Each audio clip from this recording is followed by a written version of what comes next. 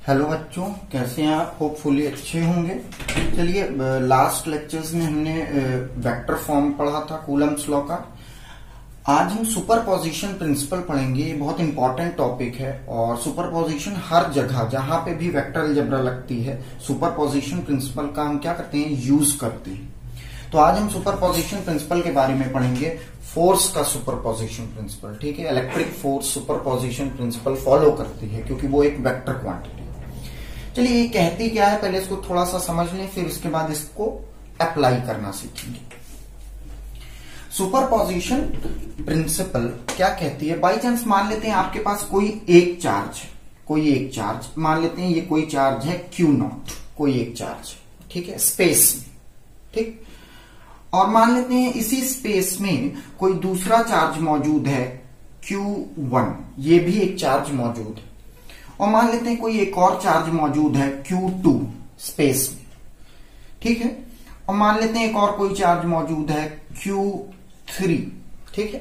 ऐसे मान लेते हैं कि अभी तो हमने खाली 1 2 3 4 चार्ज लिए हैं। सुपरपोजिशन प्रिंसिपल की मीनिंग समझाते हैं, क्या बताता है वो। 1 2 3 4 चार्ज लिए हुए हैं यहां पे, ठीक है। अब ऐसे आप n चार्जेस ले सकते हैं, ढेर सारे चार्ज मान लेते हैं Q4 Q5 Q6 Q7 Q8 Q9, ऐसे करते करते आप इन्फानाइट चार्जेस ले सकते हैं। मान लेते हैं कि यहां पे इन्फानाइट चार्जेस मौजूद है, ठीक है। तो पहले एक्सप्लेन करने के पॉइंट ऑफ व्यू से हम सिर्फ आपको ये बोलेंगे, इन्फानाइट ढेर सारे चार्जेस लेने की बजाय, n चार्जेस लेने की बजाय आप क्या करिए, खाली 3 चार्ज लीजिए, अभी 3 या 4 चार्ज, ठीक है। चलिए, हम एक एक्सप्लेनेशन के लिए खाली यहां पे 4 चार्ज कंसिडर कर रहे हैं, खाली 4 चार्ज। ऐसे आप n चार्जेस ले सकते हैं। तो अगर यहां पे 4 चार्ज मौजूद हैं, ठीक है, आपको इस चार्ज पे, Q0 चार्ज पे फोर्स को कैलकुलेट करना है, ठीक है। Q0 चार्ज पे ये वाला चार्ज भी फोर्स लगा रहा है, ध्यान में रखिए, ये वाला चार्ज भी फोर्स लगा रहा है और ये वाला चार्ज भी फोर्स लगा रहा है। तो ये 1 2 और 3, ये तीनों चार्ज Q0 चार्ज पर फोर्स लगा रहे हैं कि नहीं? बिल्कुल लगा रहे हैं। अगर सारे चार्ज हम पॉजिटिव अभी कंसिडर कर लें तो, ठीक है।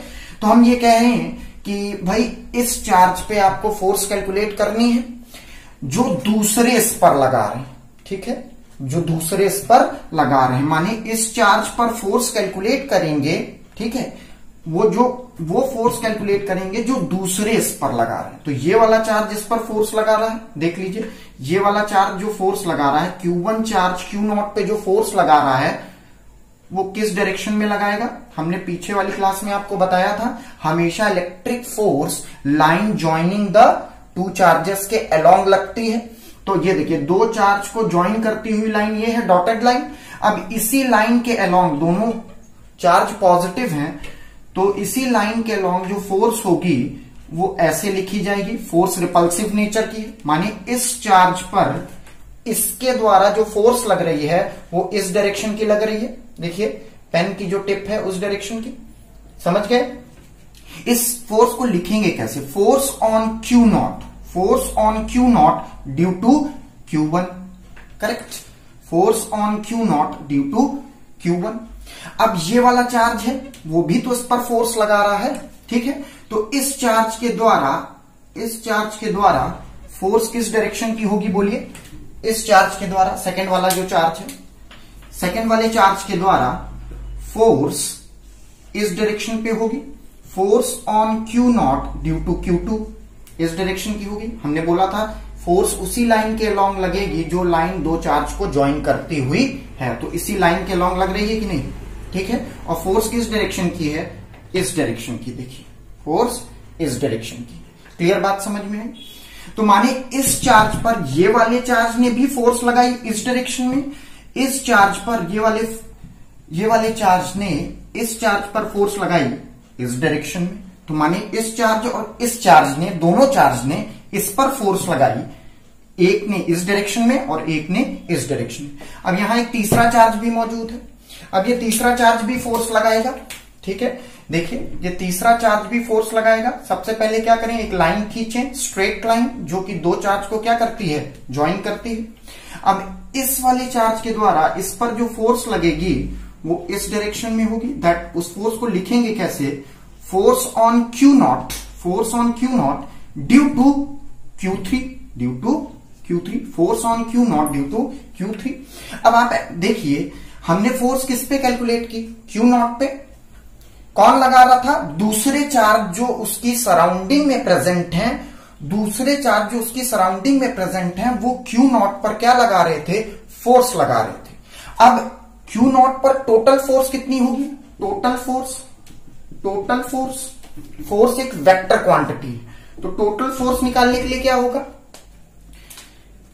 टोटल फोर्स Q नॉट पर Q1 के द्वारा लग रही है, Q2 के द्वारा लग रही है और Q3 के द्वारा लग रही है। तो टोटल फोर्स को कैसे कैलकुलेट करेंगे, force on Q not due to Q1, ऐसे ही तो लिखेंगे, plus force on Q not due to Q2, force on Q not due to Q3।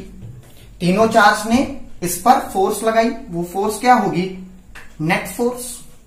मतलब ये वाला चार्ज फोर्स एक्सपीरियंस कर रहा है जो दूसरे चार्ज इस पर लगा रहे हैं। तो टोटल फोर्स कैसे दी जाएगी, वेक्टर सम से। किससे दी जाएगी, वेक्टर सम से। याद रखिएगा यहां पे जो हम जोड़ रहे हैं वो वेक्टर सम कर रहे हैं, स्केलर सम नहीं कर रहे हैं। तो माने फोर्सेस जो है वो वेक्टर सम के बराबर होंगी। माने इस पर जो नेट फोर्स लगेगी, इस पर जो टोटल फोर्स लगेगी वो उन जो चार्ज इसके बगल में मौजूद हैं, वो जो फोर्स इस पर लगा रहे हैं उन फोर्सेस का वेक्टर सम टोटल फोर्स होगा। किसी एक चार्ज पर दूसरे के द्वारा, दूसरे चार्जेस के द्वारा किसी एक चार्ज पर हम क्या कैलकुलेट कर रहे हैं, फोर्स कैलकुलेट कर रहे हैं। तो वो फोर्स क्या होगी, वेक्टर सम होगी। क्या होगी, वेक्टर सम होगी। इसी को सुपरपोजिशन प्रिंसिपल बोला जाता है। मतलब सुपरपोजिशन प्रिंसिपल यही बोल रहा है कि कोई एक चार्ज है जिस पर दूसरे चार्ज फोर्स लगा रहे हैं। कोई एक चार्ज ले लीजिए, ठीक है, आपने कोई एक चार्ज लिया, दूसरे चार्ज इस पर फोर्स लगा रहे हैं, जो दूसरे चार्ज इस पर फोर्स लगा रहे हैं उसका वेक्टर सम, फोर्स का वेक्टर सम, क्योंकि फोर्स एक वेक्टर क्वांटिटी है तो वेक्टर सम होगा। वेक्टर माने डायरेक्शन भी ऐड होगा और मैग्नीट्यूड भी ऐड होगा। तो आपको ये बहुत अच्छे से मालूम है कि डायरेक्शन ऐड करने के लिए और मैग्नीट्यूड ऐड करने के लिए आपने क्लास 11th में फॉर्मूले पढ़े हैं। मैग्नीट्यूड ऐड करने का फॉर्मूला और वेक्टर डायरेक्शन ऐड करने का फॉर्मूला आपने क्लास 11th में पढ़ा हुआ है। चलिए, आपका ये भी बोलना हो सकता था कि सर हम खाली Q नॉट चार्ज आपने लिया, Q नॉट पे फोर्स निकाल रहे। सबसे पहले ये ध्यान रखिएगा कि किसी एक चार्ज को केंद्र बिंदु बनाइए, किसी एक चार्ज पर दूसरे चार्ज फोर्स लगाएं, ये ध्यान में रखिए। कोई एक चार्ज कंसिडर करिए, उस पर दूसरे चार्ज क्या लगाएं, फोर्स लगाएं। एग्जाम्पल फिर से एक तो देख लेते हैं। मान लेते हैं आपके पास कोई चार्ज है Q1 और मान लेते हैं कोई चार्ज है Q2 और मान लेते हैं कोई चार्ज है Q3 और मान लेते हैं कोई चार्ज है Q4। ठीक, अब आप बताइए कि इसमें से चूज करिए कि किस पर फोर्स कैलकुलेट करनी है आपको। मतलब कौन सा चार्ज फोर्स को एक्सपीरियंस करेगा। ये चार चार्ज मौजूद है, बताइए कौन सा। चलिए हम चूज कर लेते हैं। मान लेते हैं कि मेरा मन कर रहा है कि Q1 चार्ज पर या फिर मान लेते हैं Q2 चार्ज पर, Q2 चार्ज एक्सपीरियंसिंग चार्ज, मतलब ये फोर्स को क्या कर रहा है, एक्सपीरियंस कर रहा है। तो अब इस चार्ज पर फोर्स कैलकुलेट करना चाह रहे हैं जो दूसरे लगा रहे हैं इस पर। ये खुद जो फोर्स लगा रहा है वो अभी कंसिडर नहीं करना चाहते, ठीक है। मतलब ये वाला चार्ज जो है, ठीक है, इस चार्ज पर हम फोर्स कैलकुलेट करना चाहते हैं जो दूसरे चार्ज इस पर लगा रहे हैं। कौन सी फोर्स, इलेक्ट्रिक फोर्स। ऐसे आप ये वाला चार्ज भी ले सकते थे, ठीक है। आपने बोला कि सर इस चार्ज पर दूसरे कितनी फोर्स लगा रहे हैं, दूसरे चार्ज कितनी फोर्स लगा रहे हैं। तो अगर आप इस चार्ज को कंसिडर करें, ठीक है, तो ये एक्सपीरियंसिंग चार्ज होगा। ये फोर्स को क्या कर रहा है, एक्सपीरियंस कर रहा है, ठीक है।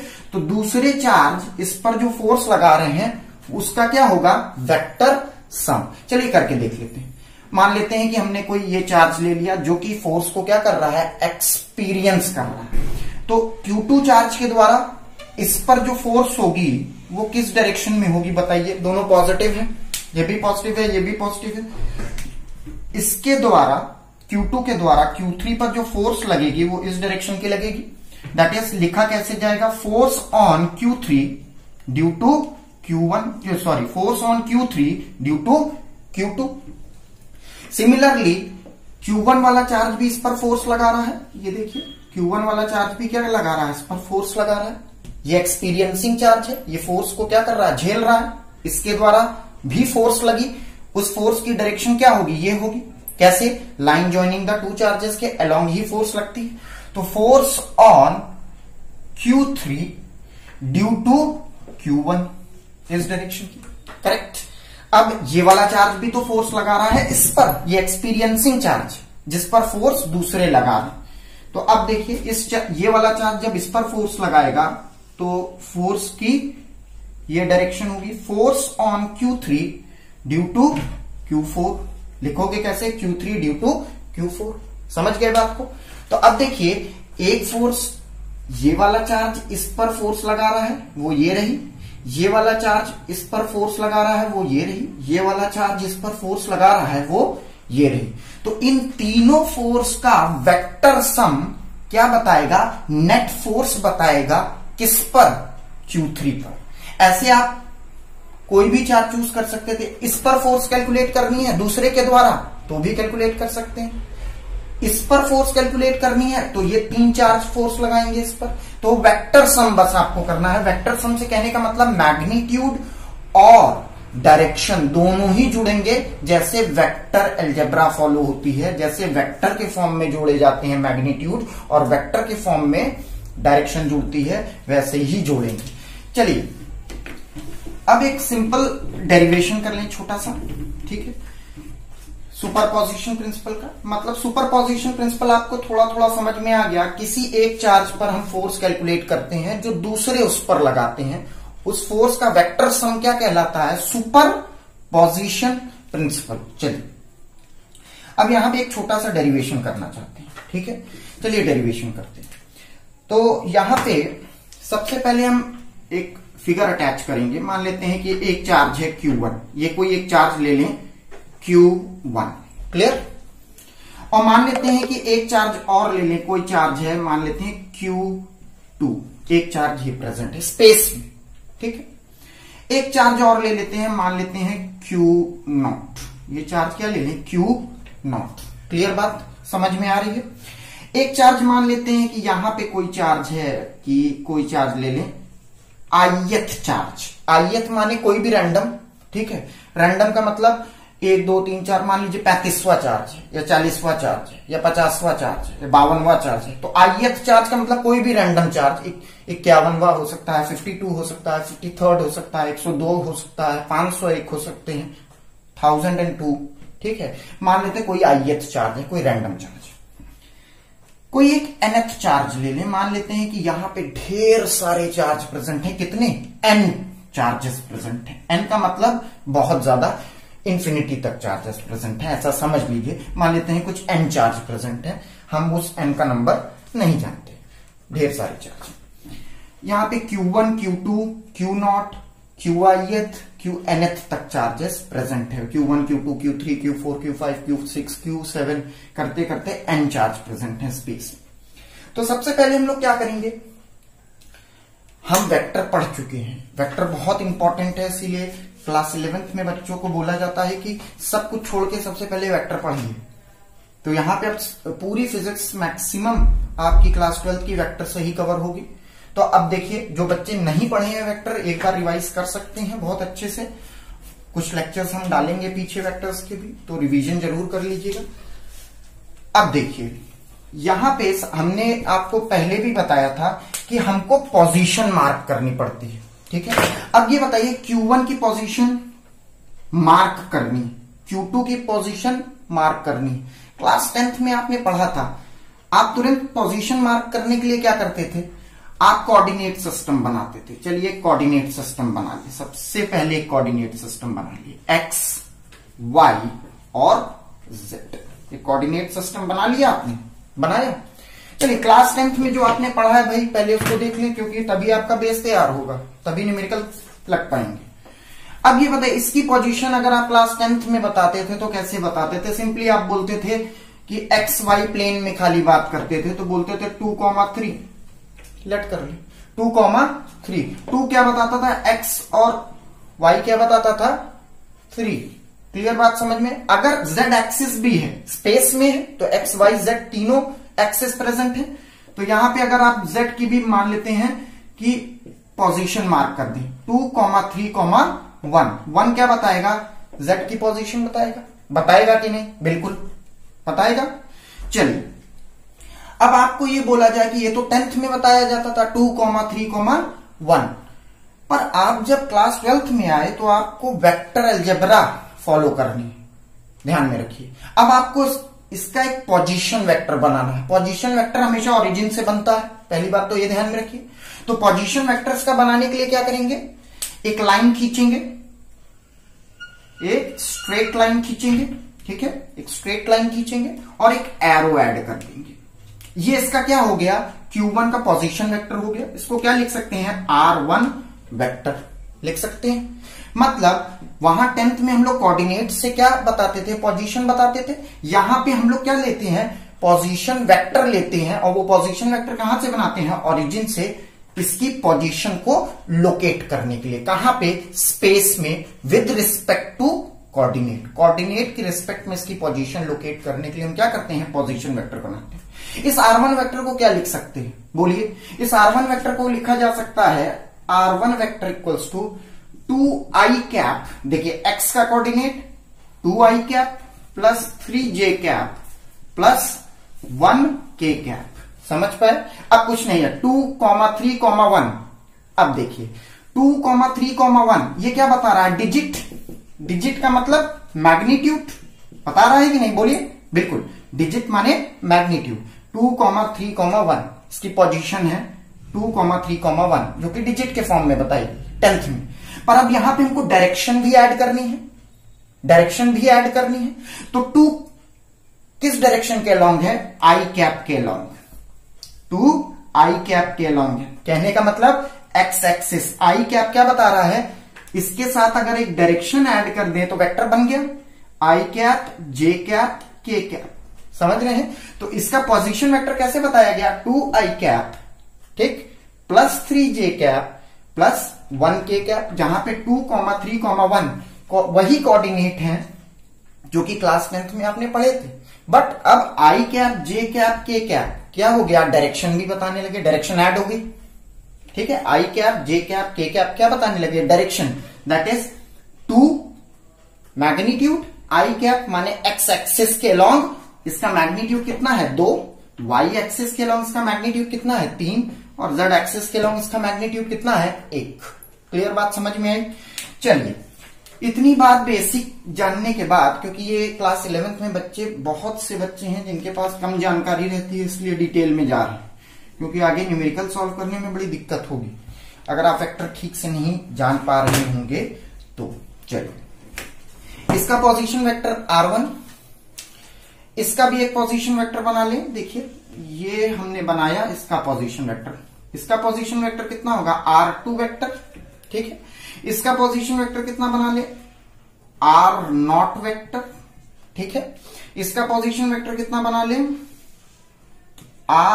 Rith वेक्टर, और इसका पोजीशन वेक्टर क्या बना ले? बोलिए, Rnth वेक्टर बना लिए। क्लियर? चलिए, अब हम आपसे अगर ये बात करें कि हमको फोर्स कैलकुलेट करनी है किस पर? Q0 पर। Q0 पर फोर्स कैलकुलेट करनी है। ये एक्सपीरियंसिंग फोर्स चार्ज, ये फोर्स को क्या करेगा? जो दूसरे इस पर फोर्स लगा रहे हैं वो एक्सपीरियंस करेगा। तो हमको फोर्स किस पे कैलकुलेट करनी है? Q0 पर। कोई एक चार्ज ले लीजिए जिस पर फोर्स दूसरे लगा रहे हैं। तो यहां पे एक चार्ज हमने कौन सा कंसिडर कर लिया? Q0। अब ये वाला चार्ज जिस पर फोर्स लगा रहा है, फोर्स की डायरेक्शन देखिए, ये देखिए, फोर्स की डायरेक्शन क्या होगी? ये होगी force on Q0 due to Q1। Clear? अब वैसे ही फोर्स, ये वाला चार्ज इस पर लगा रहा है, ये देखिए, ये वाला चार्ज इस पर जो फोर्स लगा रहा है, force on Q0 due to Q2। Correct? Force अब ith कोई चार्ज है, ये देखिए यहाँ पे ith चार्ज है, ये भी तो फोर्स लगा रहा है। किस पर फोर्स लगा रहा है? ith चार्ज Q नॉट पर फोर्स लगा रहा है। चलिए ये हमने खींची एक लाइन, ठीक है, और ये ith चार्ज के द्वारा force on Q not due to ith charge. Clear? Similarly nth charge है तो वो भी फोर्स लगा रहा है। चलिए nth चार्ज के द्वारा फोर्स कैलकुलेट, फोर्स की डायरेक्शन निकाल लें। ये रही nth चार्ज के द्वारा जो force on Q not due to nth charge. Clear बात समझ में आई? स्ट्रेट लाइन, क्लियर बात समझ में आ रही है आपके? तो अब देखिए इस पर फोर्स ये वाला चार्ज भी लगा रहा है, ये वाला चार्ज भी लगा रहा है, ये वाला चार्ज भी इस पर फोर्स लगा रहा है और ये वाला चार्ज भी इस पर फोर्स लगा रहा है। एक बात और ध्यान में रखिए, ये वाला चार्ज जो इस पर फोर्स लगा रहा है वो कितनी है? Force on Q not due to Q1। तो ये एक्सपीरियंसिंग चार्ज है जो कि फोर्स को क्या कर रहा है? एक्सपीरियंस। अब ये वाला चार्ज इस पर जो फोर्स लगा रहा होगा वो भी इतनी ही लगा रहा होगा, न्यूटन थर्ड लॉ से। इक्वल एंड अपोजिट फोर्स होगी। अगर ये वाला चार्ज इस पर इतनी फोर्स लगा रहा है तो ये वाला चार्ज भी इस पर इतनी ही फोर्स लगाएगा, पर डायरेक्शन क्या होगी? ये होगी, ठीक है। Force on 1 due to Q naught इस डायरेक्शन की। बट अभी हम इस फोर्स को की बात नहीं कर रहे, हम ये नहीं बोल रहे कि ये वाला चार्ज इस पर जो फोर्स लगा रहा है इसको अभी कंसिडर ना करिए। क्यों? क्योंकि आपने पूरे स्पेस में ये वाला चार्ज लिया जिस पर आप फोर्स कैलकुलेट कर रहे हैं दूसरे के द्वारा। ये जो दूसरे पर लगा रहा है फोर्स, वो फोर्स अभी हम कंसिडर नहीं करना चाहते, ठीक है, समझ रहे हैं?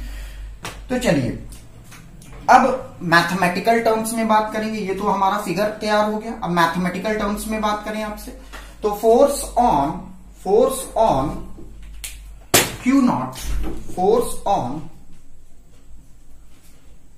Q not due to Q1 लिखा कैसे जाएगा? 1/4 pi epsilon naught, clear, Q not into QI upon R। अब मान लेते हैं कि यहां से यहां तक कोई एक वेक्टर ले ले, R10 वेक्टर।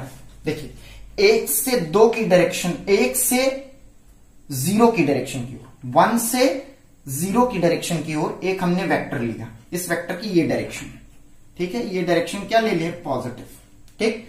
तो ये R10 वेक्टर क्या बता रहा है? Q1 से Q नॉट की तरफ की डायरेक्शन बता रहा है, ठीक है, Q1 से Q नॉट की तरफ की डायरेक्शन बता रहा है। तो ये बताइए यहां पे क्या लिख सकते हैं? ये दूरी कितनी हो गई? R10 मॉड के अंदर का स्क्वायर। ये तो पूरा पोर्शन क्या बताने लगा? ये पूरा पोर्शन मैग्नीट्यूड बता रहा है इस फोर्स का। ये पूरा पोर्शन क्या बता रहा है? मैग्नीट्यूड बता रहा है।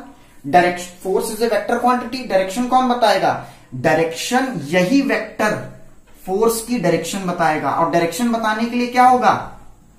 यूनिट वेक्टर आ जाएगा, R10 कैप। यूनिट वेक्टर भी इसी के अलोंग है, R10 वेक्टर इसी डायरेक्शन के अलोंग है, तो यूनिट वेक्टर भी उसी के अलोंग होता है, ठीक है। बट यूनिट वेक्टर का मैग्नीट्यूड कितना होता है? 1। और यूनिट वेक्टर क्यों लिया जाता है फिजिक्स में? डायरेक्शन बताने के लिए। तो फोर्स की डायरेक्शन जो है वो ये यूनिट वेक्टर बता रहा है। कितनी है फोर्स की डायरेक्शन? किस तरफ है?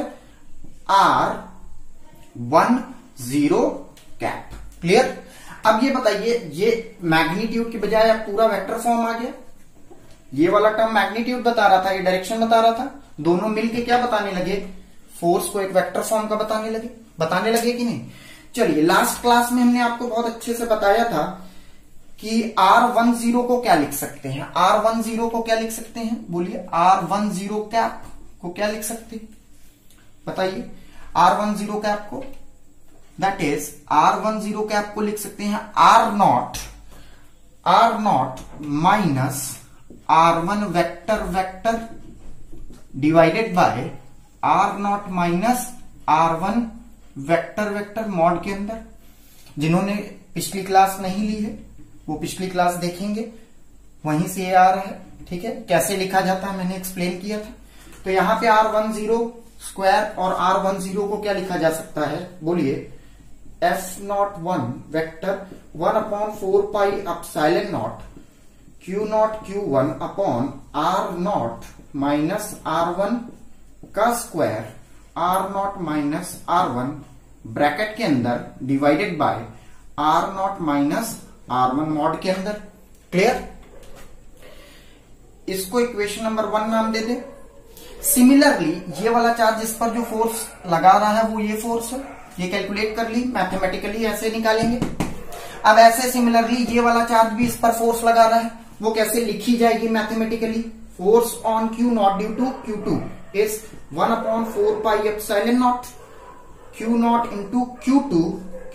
इंटू Q2 बस यहां बदल गया R not minus R2 vector vector का square into R not minus R2 vector vector upon R not minus R2 mod के अंदर वेक्टर वेक्टर वेक्टर वेक्टर।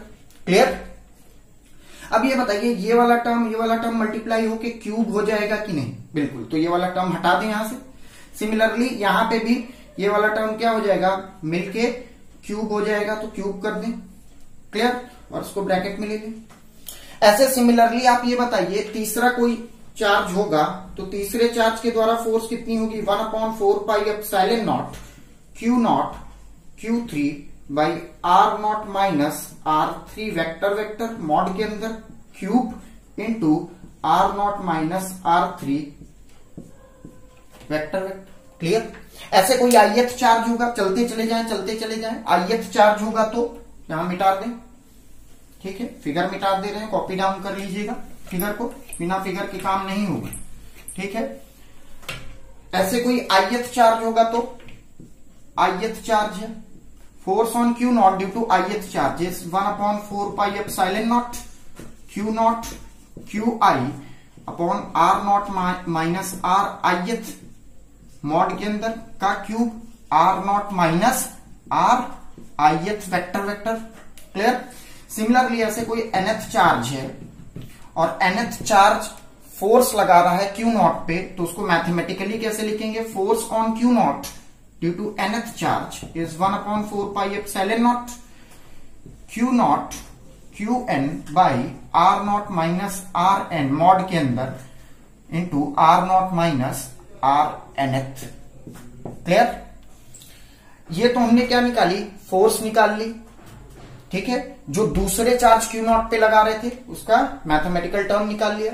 अब सब जगह जरा देखिए ध्यान से कि खाली बदल क्या रहा है? Q1। ठीक है, देखिए बदल क्या रहा है? Q1।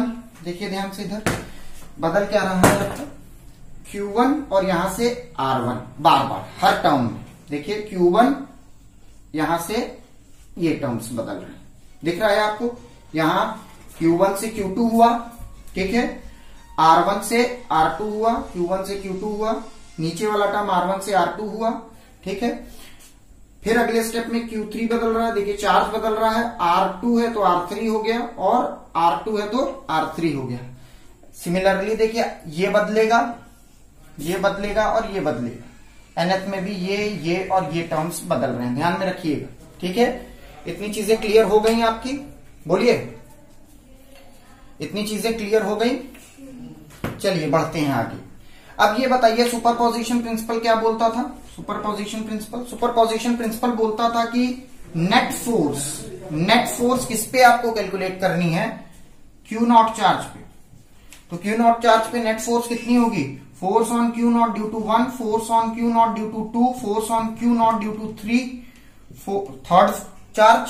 ठीक है, force on Q not due to third charge plus dot dot dot कोई ith चार्ज हो, force on Q not due to ith charge plus dot dot dot force on Q not due to nth charge. Clear बात समझ में आई? तो net इन सारी forces का क्या कर दें? सम कर दें। कौन सा सम? वेक्टर सम कर दें। वही क्या है? नेट फोर्स आ गई Q नॉट चार्ज पर, जो वहां पे दूसरे चार्ज Q नॉट चार्ज पर जो फोर्स लगा रहे थे वो नेट फोर्स इस मैथमेटिकल एक्सप्रेशन से कैलकुलेट होगी। चलिए करके देखते हैं, मिटा रहे इसको। चलिए आगे बढ़ते हैं, सिचुएशन को आगे बढ़ा दें थोड़ा सा। अब अगर नेट फोर्स निकाल रहे हैं, that is net force on Q naught, इस फोर्स को कितना लिख सकते हो? बोलो 1/4πε0 Q0 Q1 by R0 minus R1 mod का cube R0 minus R1 bracket के अंदर वेक्टर वेक्टर, ठीक, प्लस 1/4πε0, ठीक है, Q0 Q2 upon R0 minus R2 vector vector vector vector mod के अंदर का cube into R0 minus R1 vector vector, sorry R2 vector, ठीक है, plus dot dot dot dot dot ऐसे जोड़ते जाएं, Q3 जोड़े, फिर force on Q0 due to ith, फिर nth, ऐसे जोड़ते जाएं। ith चार्ज पे कितना होगा, ith चार्ज पे टोटल फोर्स कितनी होगी 1/4πε0 Q0 QI upon R0 minus RI vector vector R0 minus RI vector, plus dot dot dot nth charge पे फोर्स कितनी होगी, plus dot dot dot dot dot करते हुए nth चार्ज पे कितनी फोर्स होगी 1/4πε0 Q0 QN अपॉन मॉड के अंदर क्यूब, ठीक है, R0 minus RN vector vector mod cube R0 minus RN vector vector, सारी फोर्सेस का सम। अब देखिए यहां पे कौन कौन से टर्म्स रिपीट हो रहे हैं, रिपीटिंग टर्म्स कौन कौन से, रिपीट माने कि बदल, सॉरी, कौन कौन से टर्म्स यहां बदल रहे हैं, ये बदल रहा है, ये बदल रहा है, ये बदल रहा है, ये बदल रहा है, ये बदल रहा है, ये बदल रहा है, देखिए बदल रहे हैं कि नहीं टर्म्स, ठीक है, बदल रहे हैं। तो इसको एक सिंपल मैथमेटिक्स से समेशन के साइन से हम लिख लें, ज्यादा बेहतर है, छोटे में लिखा जा सकता है, क्यों इतना ज्यादा टर्म लिखें बड़ा, तो समेशन के फॉर्म में लिखेंगे तो क्या लिख सकते हैं, F net Q0 upon 4πε0 common निकल गया, दैट इज समेशन I 1 से लेकर के n तक QI upon R0 minus RI का cube into R0 minus RI, ठीक है, RI। अब यही क्या बता रहा है, एक बहुत छोटे फॉर्म में हमने लिख लिया, समेशन के फॉर्म में लिख लिया कि Q0 चार्ज पर, जो Q0 चार्ज था उस पर Q1 Q2 Q3 dot dot ऐसे QI QN n charges Q0 charge पर जो फोर्स लगा रहे थे वो मैथमेटिकली इस फॉर्मूले से कैलकुलेट की जा सकती, माने Q0 चार्ज पर जो दूसरे चार्ज फोर्स लगा रहे थे मैथमेटिकली इस फॉर्मूले में आप रख के नेट फोर्स Q0 चार्ज पर जो दूसरे चार्ज लगा रहे थे वो कैलकुलेट कर सकते हैं। अब यहां पे कुछ मत करिएगा, I की वैल्यू 1 से शुरू होती है तो I की वैल्यू 1 रखेंगे तो यहां पे भी क्या हो जाएगा 1 हो जाएगा और यहां पे भी क्या हो जाएगा 1 हो जाएगा, ठीक है। जब आप I की वैल्यू 2 रखेंगे तो प्लस करेंगे, प्लस करके ये टर्म मिल जाएगा, ये समेशन साइन का मतलब आप ऐड करते जाइए। जब आपने 2 रखा, यहां जब आपने 2 रखा, I की जगह पे जब 2 रखा तो अगला टर्म मिल जाएगा, जोड़ दीजिए पहले टर्म से अगला टर्म, फिर जब 3 रखा तो तीसरा टर्म, करते करते ith और nth टर्म। अब कुछ हम न्यूमेरिकल देखेंगे कूलम्स लॉ से रिलेटेड। चलिए ये एक न्यूमेरिकल है और इस न्यूमेरिकल को हम लोग डिस्कस करेंगे।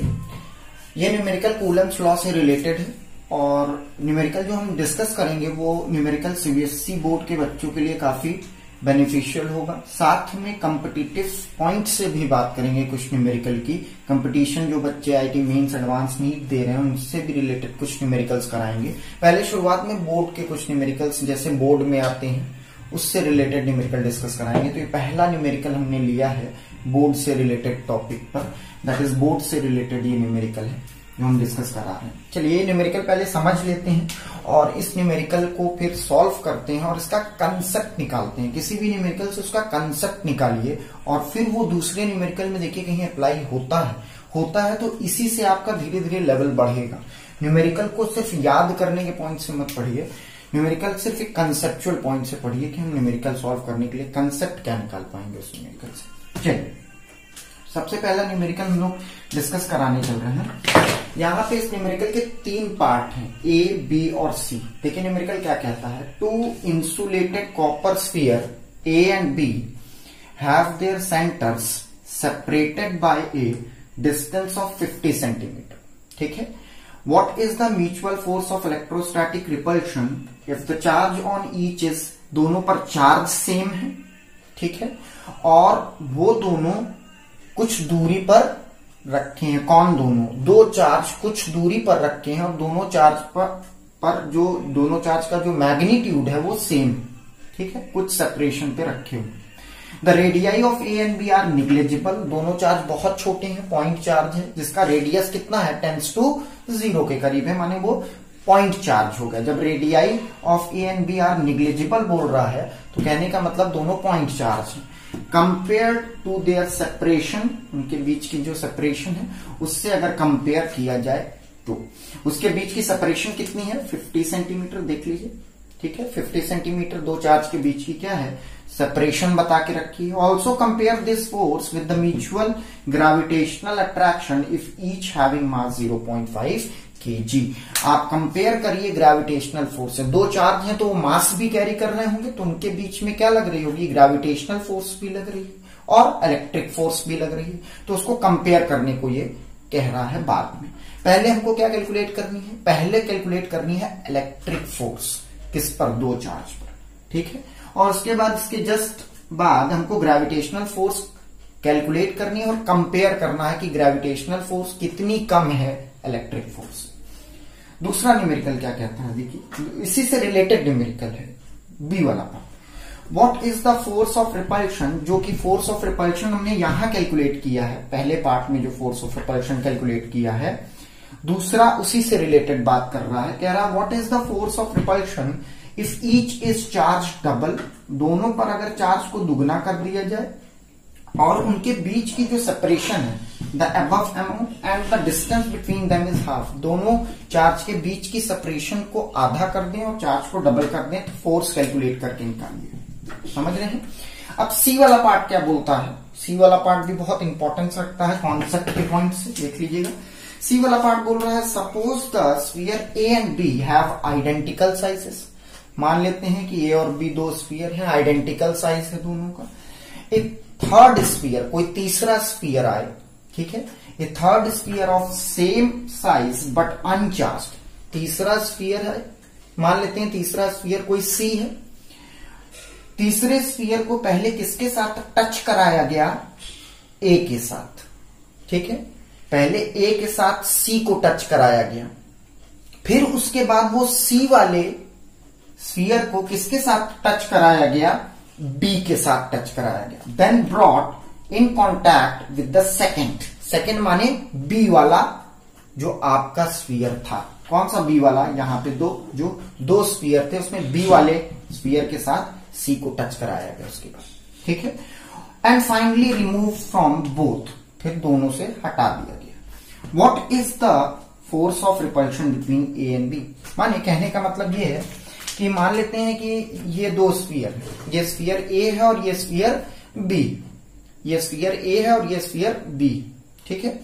कोई तीसरा स्फीयर लाया गया, हरा वाला जो मार्कर है, ठीक है, ग्रीन मार्कर, तीसरा स्फीयर, सी स्फीयर को टच कराया गया ए के साथ। ठीक है। उसके बाद ए हट गया, अब इसी सी को किसके साथ टच कराया गया, बी के साथ। अब ये सी को हटा दिया। अब ये बोला गया कि ए और बी के बीच में कितनी फोर्स ऑफ रिपल्शन होगी अगर हम कोई अनचार्ज्ड स्फीयर को ए और बी से टच कराते हैं तो मेरे ख्याल से आपने नोट डाउन कर लिया होगा ये न्यूमेरिकल। अब इसी न्यूमेरिकल को हम लोग सॉल्व करने चलेंगे 1 by 1, ए बी और सी पार्ट। चलिए चलते हैं और सॉल्व करते हैं, कंसेप्ट निकाल लेते हैं यहां से।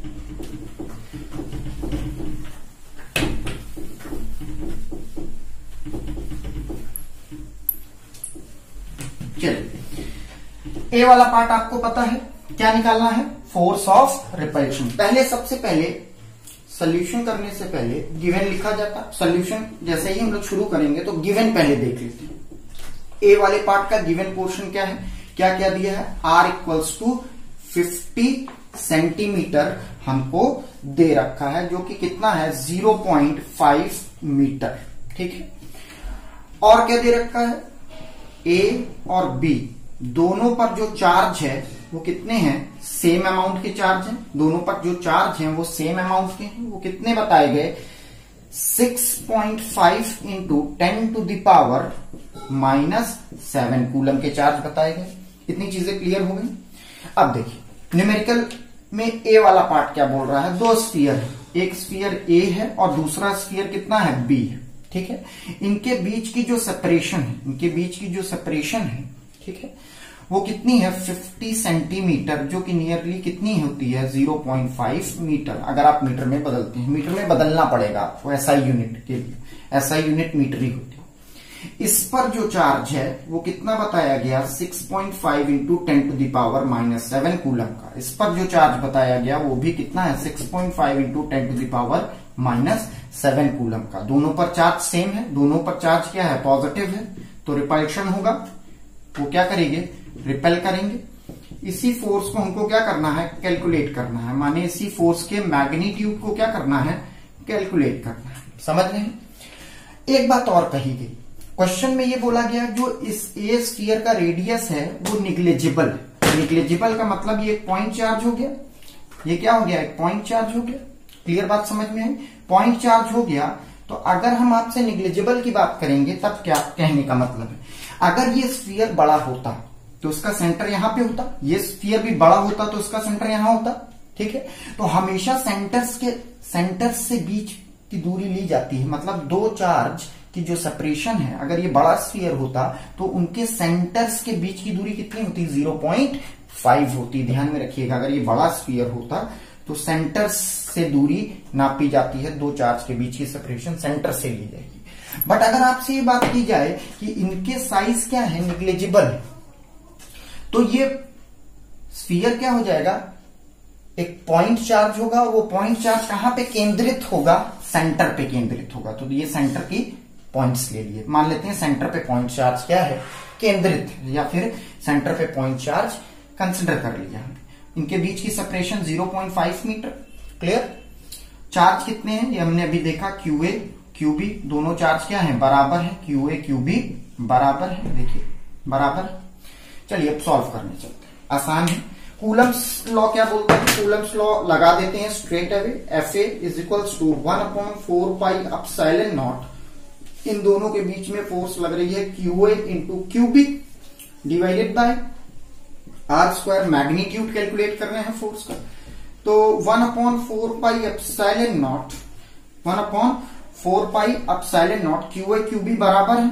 ठीक है, जब QA QB बराबर है तो मान लेते हैं QA इक्वल्स टू QB ये रहे, इसी को Q मान ले, तो यहां पे Q रखेंगे तो कितना हो जाएगा, Q² अपॉन R²।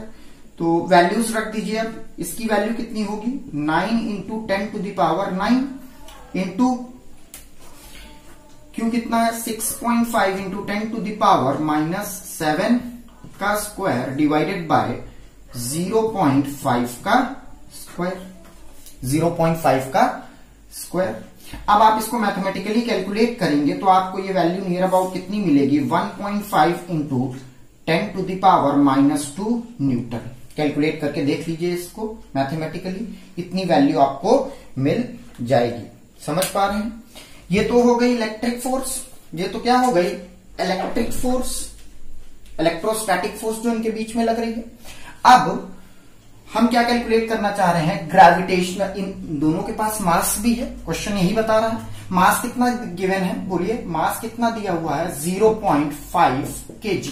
तो इन दोनों के पास कितना मास हुआ, 0.5 kg। इसके पास भी कितना है, 0.5 kg। ठीक है, ये मास है। अब इन दोनों के पास, चार्ज के पास मास है कि नहीं, तो ये अगर मास है तो ये दोनों क्या कर रहे होंगे, अट्रैक्ट भी तो कर रहे होंगे ग्रेविटेशनल फोर्स से एक दूसरे को। अब इस ग्रेविटेशनल फोर्स को कैलकुलेट कर लेते हैं। ठीक है, अब ग्रेविटेशनल फोर्स को कैलकुलेट करने का फॉर्मूला लगाते हैं। देखिए ग्रेविटेशनल फोर्स कितनी है, देखिए ध्यान से, Fg is equals to G ma into mb by R²। Gravitational force calculate करने का फॉर्मूला, G की वैल्यू कितनी होती है, 6.67 इंटू 10⁻⁻11। क्लियर। ma की वैल्यू 0.5, इंटू 0.5, दोनों का मास सेम है, डिवाइडेड बाय कितना हो जाएगा r स्क्वायर, दैट इज 0.5 का स्क्वायर। अब ये दोनों मल्टीप्लाई हुए तो स्क्वायर हो गया, ठीक है। तो ये दोनों टर्म क्या हुए, हट गए, कट गए, ठीक है। बचा कितना 6.67 into 10 to the power minus 11 newton. कितना बचा 6.67 into 10 to the power minus 11 newton. Gravitational force ये लग रही है, ठीक है। ये कौन सी फोर्स हो गई, ग्रेविटेशनल अट्रैक्शन फोर्स। अब आप हमको ये बता सकते हैं, अभी जो हमने कैलकुलेट किया था इन दोनों चार्ज के बीच में इलेक्ट्रोस्टैटिक फोर्स कितनी लग रही थी, इलेक्ट्रिक फोर्स कैलकुलेट अभी आपने की, कितनी आई थी 1.5 into 10 to the power minus 2 newton. अब देखिए कंपेयर करिए, यहां कितना है magnitude 10 to the power minus 2 है, यहां कितना है 10 टू द पावर माइनस 11। तो ये इलेक्ट्रिक फोर्स बहुत ज्यादा है ग्रेविटेशनल फोर्स से। अगर आप कंपेयर कराएंगे तो इलेक्ट्रिक फोर्स बहुत ज्यादा है।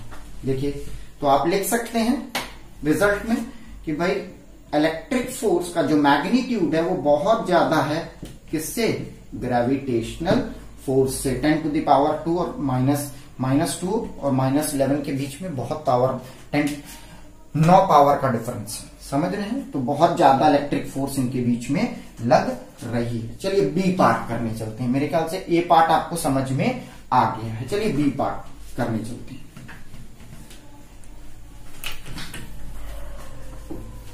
ए पार्ट समझ में आया। अब बी पार्ट क्या कह रहा है।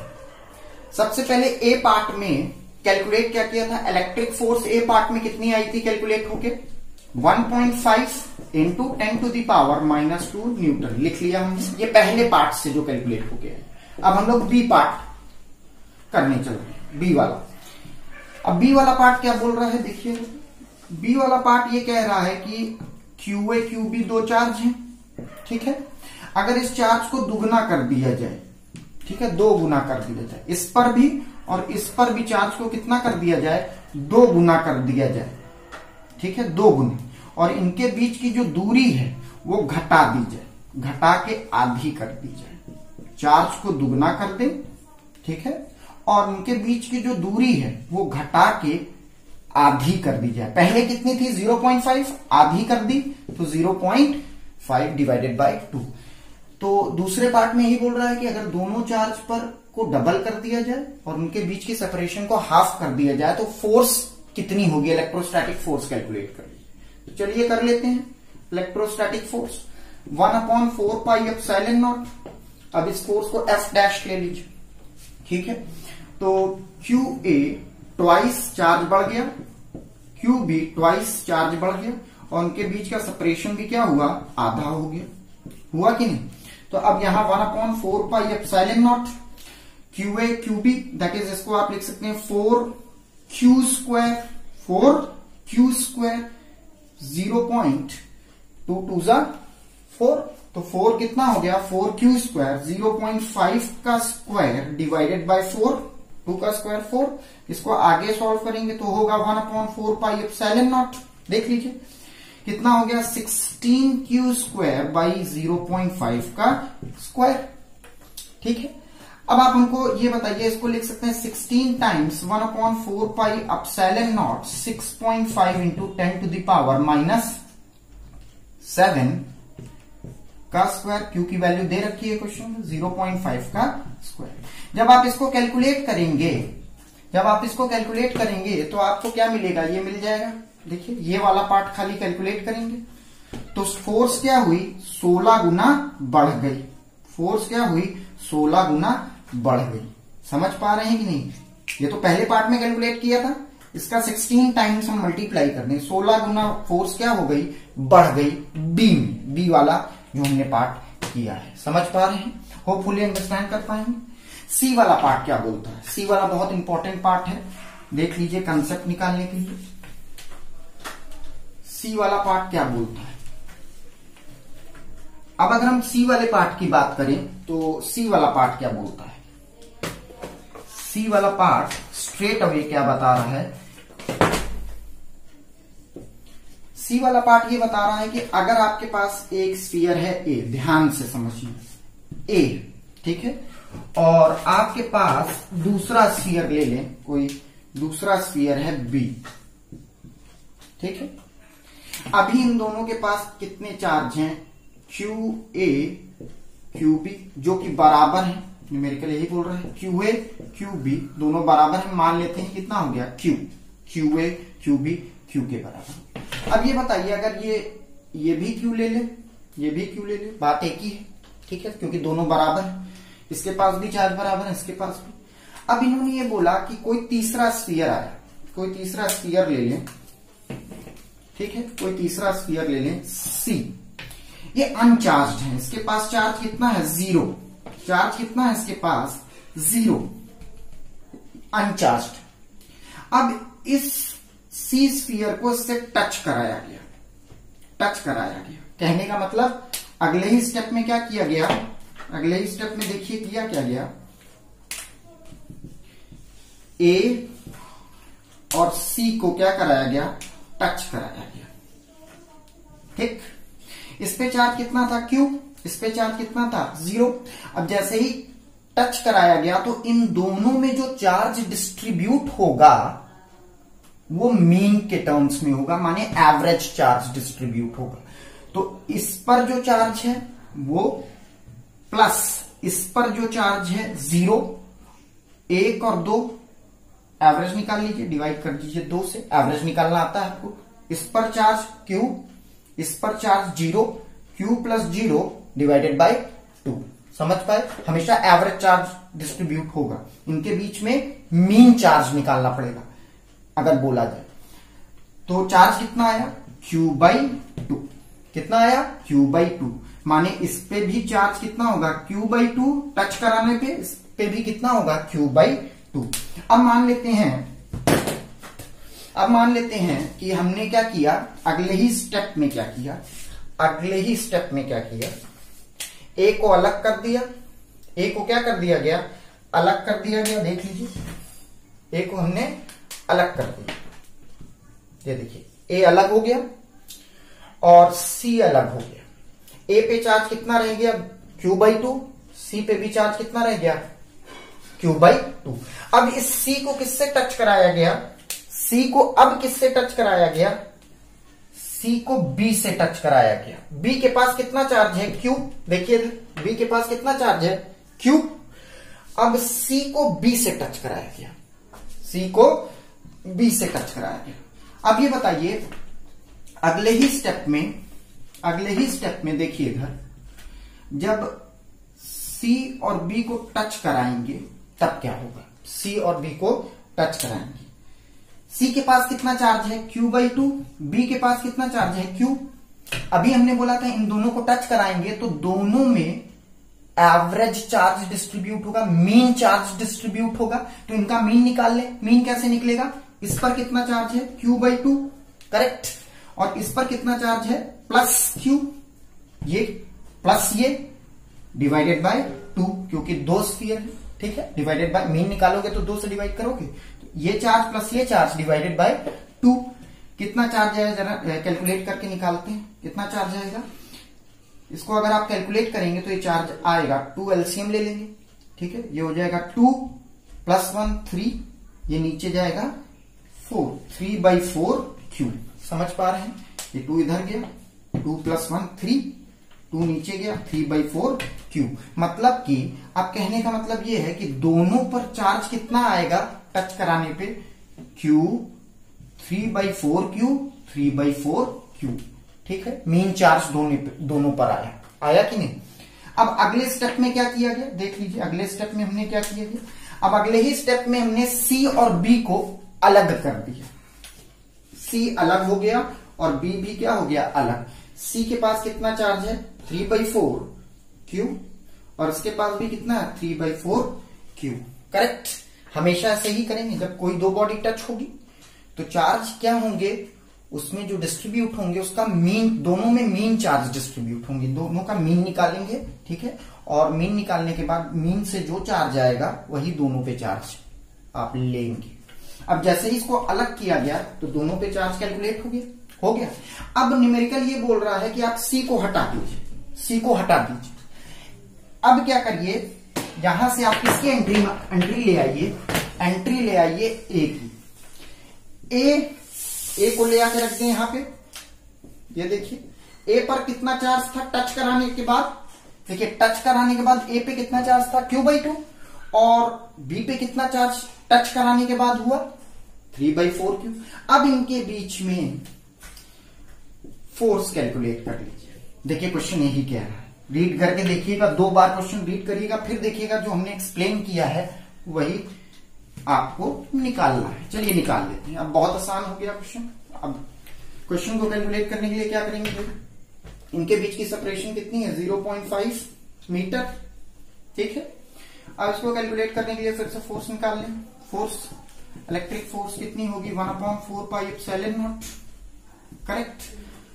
चार्ज इस पर कितना है बोलो Q/2, करेक्ट। और उस पर चार्ज कितना है 3/4Q, देख लीजिए 3/4Q, ठीक। और Q/2 डिवाइड कर दीजिए। बीच का सेपरेशन कितना है 0.5 का स्क्वायर।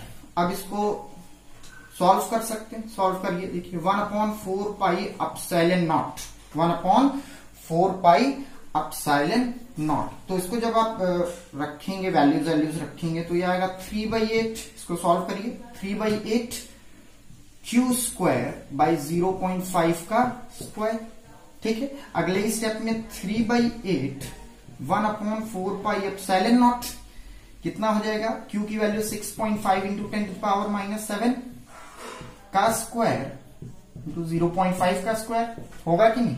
अब ये बताइए, ये फोर्स तो हम ऑलरेडी कैलकुलेट कर चुके हैं पीछे ए पार्ट में। ये फोर्स कैलकुलेट होके कितनी आएगी 1.5 इंटू 10⁻⁻2 न्यूटन, ये तो कैलकुलेट कर चुके हैं, ठीक है। अब देखिए 3/8 ऑफ दिस निकाल लें, ये तो पहले ए वाले पार्ट में कैलकुलेट हो चुका है, ठीक है। अब इसको आप कैलकुलेट करेंगे 3/8 इंटू 1.5 इंटू 10⁻⁻2 रखेंगे तो ये फोर्स कितनी आएगी कैलकुलेट होके, ये फोर्स कैलकुलेट होके आएगी नियर अबाउट ये फोर्स नियर अबाउट कैलकुलेट होके आपके पास जो आएगी वो आएगी 5.7 इंटू 10⁻³ न्यूटन। तो ये फोर्स क्या हो गई, घट गई। पावर कितने में चली गई, -3 में। पावर कितने में है माइनस, पहले वाले में फोर्स जो आपने कैलकुलेट की वो -2 में थी, ये ज्यादा है, और ये फोर्स कम है क्योंकि पावर इसकी बढ़ गई, माइनस में बढ़ गई। समझ रहे हैं, मेरे ख्याल से आपको ये न्यूमेरिकल समझ में आया। चलिए अब अगले न्यूमेरिकल को देखेंगे, देखते हैं। नेक्स्ट न्यूमेरिकल भी काफी कंसेप्ट देके जाएगा, जैसे ये वाला न्यूमेरिकल आपको कंसेप्ट देके गया है। सी, इसका जो सी वाला पार्ट है वो सबसे ज्यादा कंसेप्ट देके गया है, ठीक है। अब हम लोग अगला न्यूमेरिकल देखते हैं। नेक्स्ट न्यूमेरिकल ये भी कूलम्स लॉ पे बेस्ड है और इक्विलिब्रियम पे बेस्ड है। चलिए देख लेते हैं कि न्यूमेरिकल क्या बोलता है। न्यूमेरिकल क्या कह रहा है, पढ़ लेते हैं। 2 point charges +4e + e units are separated by distance a, where should the third charge be placed for it to be in equilibrium. चलिए सॉल्व करते हैं, क्वेश्चन समझा देते हैं। क्वेश्चन बोल क्या रहा है, क्वेश्चन बता क्या रहा है। क्वेश्चन ये बता रहा है कि 2 चार्जेस, एक चार्ज ये है और दूसरा चार्ज ये है। पहला चार्ज 4e है, देख लीजिए +4e यहां पे रखा है, ये पोजीशन ए ले लेते हैं जहां पे 4e चार्ज है। दूसरा चार्ज बी पोजीशन पे रखा है जिस पर कितना चार्ज बताया गया है +e चार्ज। अब इन दोनों चार्ज को एक लाइन से कनेक्ट कर दें, कर दिया, ठीक है। अब ये बोल रहा है कि आप ये बताइए कि तीसरा चार्ज कहां पे रखें ताकि थर्ड चार्ज, अब थर्ड चार्ज तो हमको मालूम नहीं है तो लेट करते हैं, let the third charge be small q। ये थर्ड चार्ज हमने एज्यूम किया। अब हम तीसरा चार्ज एज्यूम कर रहे हैं q, और ये तीसरा चार्ज हम कहां पे रखें ताकि इक्विलिब्रियम मेंटेन हो जाए। चलिए सोचते हैं, न्यूमेरिकल से कंसेप्ट निकलेगा। अगर हम बाई चांस मान लेते हैं कि तीसरा चार्ज इधर रख दें, एज्यूम कर ले सी पोजीशन उधर रखें, तो क्या होगा, इसको समझना पड़ेगा आपको, समझाते हैं। अगर हमने तीसरा चार्ज यहां रख दिया है तब क्या होगा, इस वाले चार्ज के द्वारा इस पर जो फोर्स लगेगी वो रिपल्सिव होगी इस डायरेक्शन में, ठीक है। इस चार्ज के द्वारा फोर्स इस डायरेक्शन में, इस चार्ज के द्वारा भी जो फोर्स होगी वो भी तो इसी डायरेक्शन में होगी, तो इक्विलिब्रियम मेंटेन नहीं हो सकता, इक्विलिब्रियम मेंटेन नहीं हो सकता, क्योंकि अगर ये फोर्स F1 है और ये फोर्स F2 है तो ये दोनों फोर्स इक्वल एंड ऑपोजिट नहीं होगी। समझ रहे हैं? तो यहां पे हम चार्ज को नहीं रख सकते। सिमिलरली चेक कर लें, इधर चार्ज को रख दें, Q चार्ज को इधर रख दें, इस चार्ज के द्वारा जो ये वाला चार्ज है आपका, इस चार्ज के द्वारा इस पर जो फोर्स लगेगी वो इस डायरेक्शन में F1 फोर्स। अब इस वाले चार्ज के द्वारा भी इस पर जो फोर्स लगेगी वो भी तो इसी डायरेक्शन में होगी F2। बोलिए इसी डायरेक्शन में होगी कि नहीं? अब दोनों फोर्स एक ही डायरेक्शन में है तो फिर F1 F2 के बराबर नहीं हो सकता, इक्वल एंड अपोजिट नहीं हो सकता। मतलब हम चार्ज इधर नहीं रख सकते और हम चार्ज उधर नहीं रख सकते। तो हमारे पास कंडीशन क्या बची? हम चार्ज को इन दोनों के बीच में रख के देखते हैं। बाई चांस मान लेते हैं हमने चार्ज यहां रखा, ये कोई C पोजीशन है। अब इस चार्ज के द्वारा देखिए ध्यान से, इस चार्ज के द्वारा इस पर जो फोर्स लगेगी वो फोर्स ये रही, ठीक है, F1 फोर्स। क्लियर? इस चार्ज के द्वारा इस स्मॉल q अज्यूम्ड चार्ज जो हमने माना है, इस चार्ज के द्वारा इस पर जो फोर्स लगेगी वो इस डायरेक्शन की। करेक्ट? अब इस चार्ज के द्वारा ये जो यहां ये चार्ज है प्लस E जो चार्ज है, इसके द्वारा जो फोर्स लगेगी वो इस डायरेक्शन की लगेगी, F2 फोर्स। देखिए रिपल्सिव फोर्स होगी ना, ये वाला चार्ज इसको रिपेल करेगा तो फोर्स इस डायरेक्शन की होगी, और ये वाला चार्ज इसको रिपेल करेगा तो फोर्स इस डायरेक्शन की होगी। तो F2 फोर्स इस डायरेक्शन की, ठीक है, F2 फोर्स इस डायरेक्शन की। देखिए ध्यान से, F2 फोर्स इस डायरेक्शन की है, ठीक है, और F1 फोर्स इस डायरेक्शन की है। दोनों फोर्सेस इक्वल एंड अपोजिट होनी चाहिए, इक्विलिब्रियम मेंटेन करने के लिए होनी चाहिए कि नहीं? ये फोर्स इस फोर्स के बराबर होनी चाहिए। ये पॉसिबिलिटी तभी है जब हम चार्ज को कहीं इन दोनों चार्ज के बीच में कहीं रखेंगे। अगर हम चार्ज यहां रखते हैं तो दोनों फोर्स एक ही डायरेक्शन में है। अगर हम चार्ज को लेफ्ट हैंड साइड पर रखते हैं तो दोनों फोर्स क्या होंगी? इस डायरेक्शन में होंगी। तो हमको चार्ज कहां रखना पड़ेगा? इन दोनों के बीच में। तो हमने चार्ज को जब बीच में रखा तो हमने नोटिस किया F1 जो है वो F2 बराबर हो सकते हैं, इक्वल एंड अपोजिट हो सकते हैं। अब मान लेते हैं कि ये दूरी हमने कितनी मान ली? बड़े चार्ज से इस Q की दूरी कितनी मान ली? X मान ली कि नहीं? अब ये बताइए कि क्वेश्चन में दिया क्या है? क्वेश्चन में दिया है कि भाई चार्ज जो है, ये जो चार्ज है वो a डिस्टेंस से सेपरेटेड, ये दोनों चार्ज कितने डिस्टेंस से सेपरेटेड हैं? a डिस्टेंस से सेपरेटेड हैं। जरा देखिए ध्यान से, ठीक है, ये देखिए इन दोनों चार्ज के बीच की सेपरेशन a है, और ये सेपरेशन हमको निकालनी है कि मतलब बड़े चार्ज से हम कितनी दूरी x दूरी पे किसको रखें? q चार्ज को रखें, ताकि ये इक्विलिब्रियम मेंटेन हो जाए। तो ये दूरी हमने अज्यूम की x, तो ये दूरी कितनी होगी? जाहिर सी बात है ये दूरी कितनी हो जाएगी? a minus x. समझ पा रहे हैं? अब अप्लाई कर दें कूलम्स लॉ।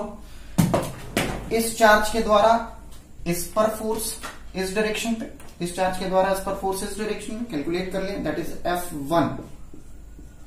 मैग्नीट्यूड कितना होगा? मैग्नीट्यूड कैलकुलेट कर रहे हैं 1/4πε0 4e into Q by x square. देख लीजिए। अब F2 फोर्स कैलकुलेट कर लें। इस चार्ज के द्वारा इस पर फोर्स इस डायरेक्शन में F2, इसको निकाल लें, इसका मैग्नीट्यूड निकालें 1/4πε0 e into Q by a minus x का स्क्वायर। अब समझ पा रहे हैं? चलिए सॉल्व करने चलते हैं। अब आगे सॉल्व करते हैं और सॉल्व करके देखते हैं क्या होगा। अब ये बताइए इक्विलिब्रियम मेंटेन करने के लिए F1 मॉड F1 किसके बराबर होगा? मॉड F2 के बराबर होगा। दैट इज ये फोर्स बराबर होंगी तभी इक्विलिब्रियम मेंटेन होगा। That is this force will be equals to this force, माने ये फोर्स इसके बराबर दिखा दें। ये क्वेश्चन बोल रहा है इक्विलिब्रियम मेंटेन, पढ़िए, ठीक है। तो F1 और F2 बराबर जब दिखाएंगे तो क्या होगा? बोलिए।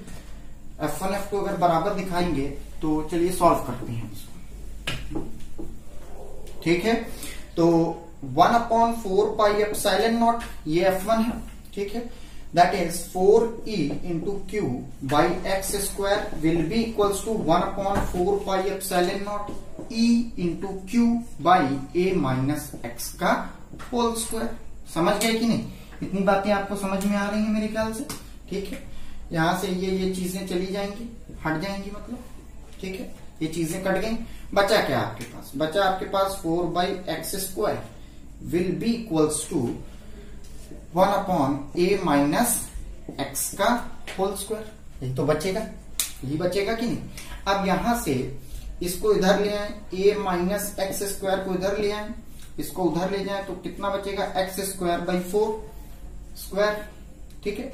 यहां से स्क्वायर हटेगा तो यहां अंडर रूट आ जाएगा, आएगा कि नहीं? बिल्कुल आएगा। तो इसको लिखा जा सकता है a माइनस एक्स, ठीक है, a माइनस एक्स। यहां से स्क्वायर हटा दिया था हमने, देखिए यहां से स्क्वायर हटाया तो यहां अंडर रूट आ गया उधर की साइड, ठीक है। तो a minus x equals to x/2 होगा कि नहीं? बोलिए, बिल्कुल होगा, ऐसा ही होगा। अब आगे बढ़ते हैं, सिचुएशन को थोड़ा सा आगे लेकर जाते हैं, मिटाते हैं ऊपर वाला पोर्शन, ठीक है। अब आप ये बताइए कि a ये रहा, x को उधर भेज दिया तो आएगा x/2 प्लस x, ये उधर चला गया, ठीक है। तो a इज इक्वल्स टू कितना आ गया? बोलिए, एलसीएम लेंगे, 2 1 3 3x/2 आएगा, बिल्कुल आएगा, ठीक है। तो x की वैल्यू हमने निकाल ली, x की वैल्यू कितनी हो गई? 2/3 ऑफ a, ये आंसर हो गया। मतलब इस चार्ज से कितनी 2/3a दूरी पे क्या होगा? इक्विलिब्रियम। अगर हम ये वाले चार्ज को 2/3a पे रखेंगे तो इक्विलिब्रियम मेंटेन हो जाएगा। छोटे वाले चार्ज से कितनी दूरी पे रखें? a माइनस 2a/3, छोटे वाले एलसीएम लीजिए 3, तो ये इसको सॉल्व करेंगे कितना? 3 में 2 जाएगा, बचेगा a/3। क्लियर बात? इस चार्ज से a/3 दूरी पे रखें और बड़े वाले चार्ज से 2a/3 दूरी पर रखें। देखिए आप कंसेप्ट क्या निकला। आप चार्ज इधर नहीं रख सकते थे एक्सट्रीम राइट पे, आप चार्ज एक्सट्रीम लेफ्ट पे नहीं रख सकते थे, चार्ज आप कहां रख सकते थे? इनके बीच में, तभी इक्विलिब्रियम मेंटेन हो पाता, क्योंकि F1 F2 के बराबर तभी हो पाता। तो यहां से एक हमको क्या मिला? कंसेप्ट मिला, ठीक है। चलिए, ये जो न्यूमेरिकल हम सॉल्व करने चल रहे हैं वो पिछले न्यूमेरिकल से रिलेट कराता है, बट कंसेप्ट को और ज्यादा क्लियर, क्रिस्टल क्लियर करने के लिए हम ये दूसरा न्यूमेरिकल लेके आए हैं। पिछले वाले केस में दोनों पॉजिटिव चार्ज थे, इस केस में एक नेगेटिव चार्ज है और एक पॉजिटिव चार्ज है। क्वेश्चन वैसा ही है, पढ़ के देख लेते हैं। 2 particle A and B having charges 8 into 10 to the power minus 6 coulomb and minus 2 into 10 to the power minus 6 coulomb respectively are held fixed with a separation of 20 centimeter. Where should a third charge be placed so that it does not experience a net electric force? माने equilibrium की ही बात की जा रही है, ध्यान से समझने का प्रयास करिए। चलिए क्वेश्चन को समझ लेते हैं, बता देते हैं कि ये क्वेश्चन क्या बोल रहा है। मान लेते हैं कि 2 चार्ज है, एक चार्ज A यहां पे है और दूसरा चार्ज मान लेते हैं B यहां पे। एक चार्ज A ये रहा, दूसरा चार्ज B ये रहा। दोनों चार्ज को हम एक लाइन से जोड़ दें, ठीक है, जोड़ दिए। इनके बीच की सेपरेशन बता के रखी है 20 सेंटीमीटर, 20 सेंटीमीटर बता के रखी हुई है, ठीक। देख लीजिए 20 सेंटीमीटर बता के, ठीक है। जो A पे चार्ज है वो पॉजिटिव है, plus 8 into 10 to the power minus 6। B पे जो चार्ज है वो -2 into 10 to the power minus 6 coulomb का है, ठीक है। यहां नेगेटिव चार्ज है और यहां पॉजिटिव चार्ज है। चलिए अब हमको चेक करना है कि इक्विलिब्रियम कहां मेंटेन होगा, नेट फोर्स कहां जीरो होगी। नेट फोर्स कहां जीरो होगी? नेट फोर्स जीरो होने का मतलब इक्विलिब्रियम कहां मेंटेन होगा। अच्छा, अगर हम ये बोले आपसे कि चार्ज को हमने बीच में रखा, जैसे पिछले वाले केस में रखा था, वहां पे दोनों चार्ज पॉजिटिव थे पिछले वाले केस में, जो पिछला न्यूमेरिकल डिस्कस करा। अगर हम आपसे बोले कि दोनों चार्ज को बीच में रख दें, तब क्या होगा? ये कोई चार्ज मान ले Q, लेट कर लेते हैं। हमको तो मालूम नहीं कौन सा चार्ज हमको रखना है, तो पहले अज्यूम किया कि लेट कर लेते हैं, let the third charge be, third charge be small q. ये स्मॉल क्यू चार्ज अगर हम इन दोनों चार्ज के बीच में रखेंगे तो फोर्स देखिए किस डायरेक्शन की है। ये चार्ज पॉजिटिव है तो रिपेल करेगा, देखिए F1 फोर्स इसी डायरेक्शन में होगी कि नहीं, बिल्कुल होगी।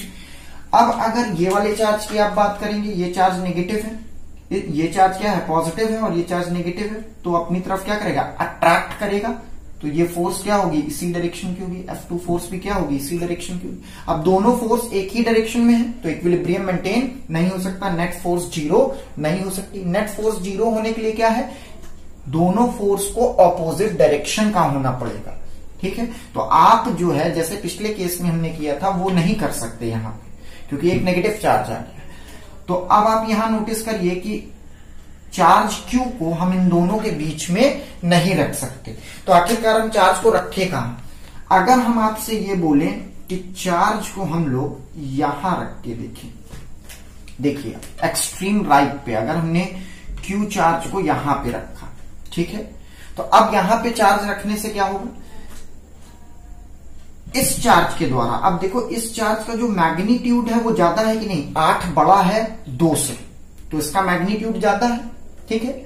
अगर मैग्नीट्यूड ज्यादा है तो आप फोर्स को जानते हैं, electric force is inversely proportional to square of the distance, distance का स्क्वायर का इनवर्स रिलेशन चलता है, ठीक है। माने जैसे जैसे आप डिस्टेंस बढ़ाएंगे उसके स्क्वायर के टर्म्स में फोर्स कम होगी। तो इस चार्ज के द्वारा अगर हम ये दूरी लें तो ये दूरी ज्यादा लें, जब दूरी ज्यादा लेंगे तो फोर्स कम होगी कि नहीं। तो ये चार्ज का मैग्नीट्यूड ज्यादा है तो हम ये चार्ज से दूरी ज्यादा लें, ठीक है। तो हमने क्या रखा, अगर इस Q चार्ज को हम ज्यादा दूरी पे ए से ज्यादा दूरी पे रखेंगे तभी तो फोर्स का मैग्नीट्यूड घटेगा, ठीक है। ऐसा क्यों किया, देखिए इसके द्वारा इस पर जो फोर्स है वो इस डायरेक्शन की होगी, इस फोर्स को ले लें F1 वेक्टर, क्लियर। अब जो B वाला चार्ज है उसका मैग्नीट्यूड कम है, मैग्नीट्यूड कम है तो ये फोर्स पहले से ही कम है, ठीक है। तो अगर आप डिस्टेंस बढ़ाएंगे, अगर ये दूरी बढ़ाएंगे, ठीक है, तो फोर्स और घट जाएगी, तो इक्विलिब्रियम मिलने का चांस कम हो जाएगा। क्योंकि ये चार्ज बड़ा है तो इससे दूरी हमने बढ़ा दी, और ये चार्ज छोटा है, ठीक है, तो उससे दूरी कम रखी हमने, ठीक, ताकि बैलेंस मेंटेन हो पाए। अब इस चार्ज के द्वारा इस पर जो फोर्स लगेगी वो फोर्स किस डायरेक्शन की होगी, वो फोर्स इस डायरेक्शन की होगी, अट्रैक्टिव नेचर की, क्योंकि ये चार्ज पॉजिटिव है, पॉजिटिव क्या करेगा, नेगेटिव क्या करेगा, उसको अट्रैक्ट करेगा। तो यहां कहीं इस पॉइंट पे आपको क्या मिलेगा, इक्विलिब्रियम मिल जाएगा। जब इक्विलिब्रियम इस पॉइंट पे मिलेगा तो लेट कर लेते हैं कि इस चार्ज से, छोटे वाले नेगेटिव चार्ज से, छोटे वाले चार्ज से ये दूरी हम कितनी ले लें, x, कितनी ले लें, x। अब कैलकुलेट करें फोर्स, चलिए फोर्स कैलकुलेट करने चलते हैं। होपफुली ये आपको समझ में थोड़ा बहुत आ गया होगा कि हम बताने का प्रयास क्या कर रहे हैं। ये चार्ज बड़ा था इसलिए दूरी ज्यादा लेनी पड़ी, और ये चार्ज कम था तो दूरी कम लेनी पड़ी। अब आपने बोला सर यहां पे क्यों नहीं हो सकता, यहां पे भी तो चार्ज रखा जा सकता है, ठीक है। तो ये चार्ज देखिए क्या है, ज्यादा है, ये दूरी इससे कम हो जाएगी। जब ये दूरी कम हो जाएगी तो ये फोर्स ज्यादा होगी, F1 फोर्स ज्यादा, क्योंकि ये फोर्स क्या होगी, ज्यादा होगी। बोलो, देखिए आपने Q चार्ज यहां रखा और ये चार्ज का मैग्नीट्यूड ज्यादा है, अब इसको कम दूरी पे रखोगे तो ये फोर्स बढ़ गई, इसके द्वारा इस पर जो फोर्स लग रही है वो बढ़ गई। अब ये चार्ज पहले से ही कम है, छोटा है, तो ये दूरी भी आपने बढ़ा दी, दूरी बढ़ा दी तो फोर्स और कम हो गई, और कम होने का मतलब कि इक्विलिब्रियम मेंटेन नहीं हो पाएगा। डायरेक्शन तो अपोजिट है बट मैग्नीट्यूड बराबर नहीं हो पाएगा, ये भी तो समझिए। तो चार्ज को आप इधर नहीं रख सकते, क्यों, क्योंकि मैग्नीट्यूड इक्वल करने के लिए ये चार्ज का मैग्नीट्यूड कम है तो आपको फोर्स मतलब डिस्टेंस भी क्या करना पड़ेगा, इस चार्ज से कम लेना पड़ेगा और इस चार्ज से ज्यादा लेना पड़ेगा, ताकि इनका मैग्नीट्यूड भी क्या हो पाए, F1 और F2 का मैग्नीट्यूड भी क्या हो पाए, बराबर हो पाए। डायरेक्शन तो ठीक है, हमको समझ में आ रहा अपोजिट है, बट मैग्नीट्यूड बराबर होगा तभी तो नेट फोर्स कितनी होगी, 0 होगी। इसलिए हमने चार्ज को उधर रखा है और वहीं पे इक्विलिब्रियम पॉइंट मिलेगा। कंसेप्ट आपको समझना है, हर एक न्यूमेरिकल में एक नए नए कंसेप्ट के साथ आएंगे। F net equals to 0 show करना। चलिए पहले इस चार्ज के द्वारा इस पर फोर्स निकाल लें, F1 फोर्स कैलकुलेट कर लें, 1/4 पाई एप्सिलॉन नॉट। यहां से यहां तक की दूरी कितनी है बताइए, यहां से यहां तक की दूरी 20 सेंटीमीटर प्लस एक्स है। बोलिए 20 सेंटीमीटर प्लस एक्स। तो यहां लिख सकते हैं, सेंटीमीटर में ही रहने दीजिए, तो लिख सकते हैं कितना, 8 into 10⁻⁻6 into Q upon 20 plus x का स्क्वायर। इस चार्ज से यहां की दूरी कितनी है, F2 फोर्स निकाल लीजिए, 1/4 पाई एप्सिलॉन नॉट। चार्ज कितना है 2 इंटू 10⁻⁻6। देखिए मैग्नीट्यूड ले रहे हैं तो यहां पे साइन निग्लेक्ट कर दिया है, मैग्नीट्यूड लिया है तो साइन क्या कर दिया हमने, निग्लेक्ट कर दिया है। मैग्नीट्यूड पॉजिटिव होता है, ठीक है, तो साइन हमने यहाँ माइनस की बजाय प्लस लिया हुआ है, ठीक है, कोई दिक्कत नहीं है। अगर आप यहाँ पे वेक्टर लगाएंगे तब यहाँ माइनस साइन आएगा, तब ये बता रहा है कि फोर्स क्या है, उसका नेचर ऑपोजिट है, माइनस साइन ये बताने में लगा। अगर मैग्नीट्यूड ले रहे हैं तो मैग्नीट्यूड पॉजिटिव। तो ये दूरी कितनी हो गई, एक्स स्क्वायर, करेक्ट। अब चलिए F1 F2 के बराबर, तभी इक्विलिब्रियम मेंटेन होगा। चलिए सॉल्व कर लेते हैं। जब आप सॉल्व करने बैठेंगे तो सॉल्व करके क्या निकलेगा, चलिए देख लेते हैं, मिटा दें पोर्शन को। चलिए ये देखिए, यहां से मिलेगा 1/4 पाई एप्सिलॉन नॉट, ठीक है, 8 into 10⁻⁻6 into q divided by कितना हो जाएगा, बोलिए 20 प्लस एक्स का whole square, correct, is equal to 1/4 pi epsilon naught 2 into 10⁻⁻6 into q divided by कितना होगा, एक्स का स्क्वायर। यहां से यहां तक की दूरी, ये कट गया, ये कट गया, 10�6 भी कट गया, बच्चा क्या आपके पास ऊपर, दैट इज 8/20 प्लस एक्स का square is equals to 2/x का स्क्वायर। 2 यहां से 4 कट गया, ठीक है, तो एक्स स्क्वायर इधर आ गया, एक्स स्क्वायर इधर आ गया, तो 20 प्लस एक्स स्क्वायर इधर चला गया मान लेते हैं, अपॉन 4, ठीक है। तो देख लीजिए 4 नीचे आ गया, 4 नीचे और ये ऊपर, ठीक है। अब आपको क्या कैलकुलेट करना है, अब यहीं से आपको कैलकुलेट करना है एक्स की वैल्यू। एक्स की वैल्यू कैलकुलेट करने के लिए आपको क्या करना पड़ेगा, चलिए इसी को देखते हैं सॉल्व करके, ठीक है। सॉरी एक्स स्क्वायर, यहाँ एक्स का होल स्क्वायर, ठीक है। यहां से बाई चांस अंडर रूट हटा तो यहां से क्या होगा, यहां से स्क्वायर हटा तो यहां अंडर रूट आ गया, तो x is equals to 20 plus x 4/4। Sorry यहां 4 नहीं होगा, यहां क्या होगा 2 होगा, सॉरी यहां क्या हो जाएगा 2 हो जाएगा, ठीक है, ठीक, सॉरी हाँ, यहां 4 है तो यहां 2 हो जाएगा। इतनी बातें क्लियर हो गई। अंडर रूट से 4 निकला तो कितना हो गया, 2 हो गया। चलिए आगे सॉल्व करें, ये होगा 2x is equals to 20 plus x, तो 2x minus x equals to 20, तो कितना आया x आपका 20 सेंटीमीटर। मतलब कि अगर हम बी चार्ज से कितनी दूरी पे रखते हैं, 20 सेंटीमीटर पे रखते हैं, ठीक है। बी चार्ज से ये दूरी कितनी आई है, 20 सेंटीमीटर पे रखते हैं तो इक्विलिब्रियम मेंटेन होगा। और ए चार्ज से कितनी दूरी पे, 40 सेंटीमीटर पे, ये कितना आया है 20 आया है, तो 20 प्लस 20 40 सेंटीमीटर। तो यहां से एक कंसेप्ट निकल के आया, एक पॉजिटिव चार्ज और नेगेटिव चार्ज के लिए, इसलिए डिस्कस कराना जरूरी था। अब चलिए एक और न्यूमेरिकल देख लेते हैं इसी बेसिस का। चलिए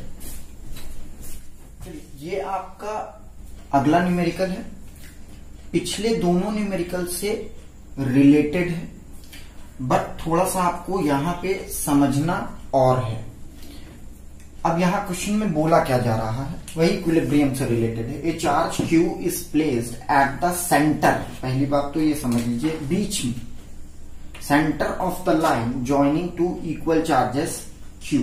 show that the system of 3 charges will be in equilibrium if Q is equals to minus Q/4। ये प्रूफ करना है, शो करना है, यही शो करके दिखाना है। क्वेश्चन क्या बोल रहा है समझा देते हैं। 2 चार्ज हैं, देखिए एक चार्ज यहां पे है, कितना है Q, और एक चार्ज यहां पे है Q, दोनों ही पॉजिटिव चार्ज है, ठीक है। अब तीसरा चार्ज कहां पे पड़ा है, सेंटर पे। तीसरा चार्ज कहां पे पड़ा है, सेंटर पे। तो मान लेते हैं ये दोनों चार्ज की दूरी अगर x है तो यहां से यहां तक की दूरी कितनी होगी, x/2, ये दूरी x/2 होगी, ठीक। अब क्वेश्चन ये बोल रहा है कि ये तीनों चार्ज इक्विलिब्रियम पे है। तीनों चार्ज क्या है, इक्विलिब्रियम पे है। कहने का मतलब इस चार्ज पर नेट फोर्स, इस चार्ज पर नेट फोर्स कितनी है, 0। इस चार्ज पे भी नेट फोर्स कितनी है, 0, और इस चार्ज पे भी नेट फोर्स कितनी है, 0। माने तीनों चार्ज इक्विलिब्रियम पे है, मतलब सिस्टम इक्विलिब्रियम पे है। पढ़िए, सिस्टम इक्विलिब्रियम पे, माने तीनों चार्ज पे नेट फोर्स कितनी आ रही है, 0।